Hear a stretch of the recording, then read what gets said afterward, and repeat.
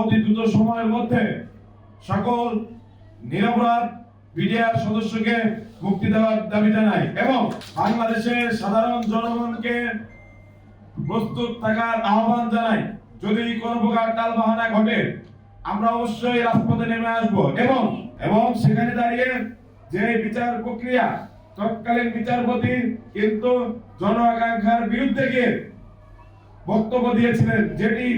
এই আন্দোলনকে কোটা সংস্কার আন্দোলনকে পরবর্তীতে গণ অভ্যুত্থানের রূপ দেয়। তাই 24-এর গণ অভ্যুত্থানের এই টকটকে তাজা যে স্মৃতি, সেই স্মৃতিকে এত দ্রুত আপনারা ভুলে যাবেন না। এই গণদাবির পক্ষে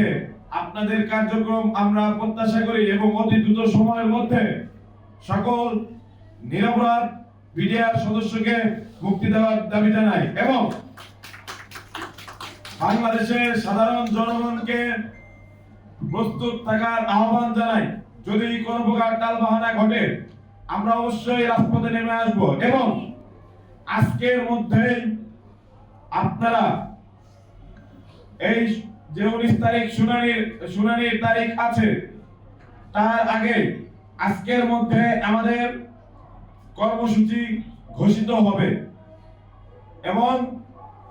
প্রত্যেক বিডিআর পরিবারের সদস্যকে আহ্বান জানাই, আপনারা যে কোনো সময় আমরা ছাত্র জনতা যখন ডাক দেব তখন ঢাকায় আপনাদের আসতে হবে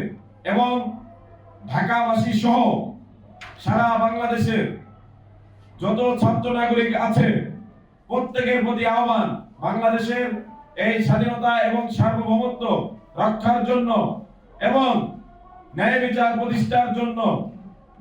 আপনারা এই ক্ষতিগ্রস্ত বিডিআর পরিবারের পাশে থাকবেন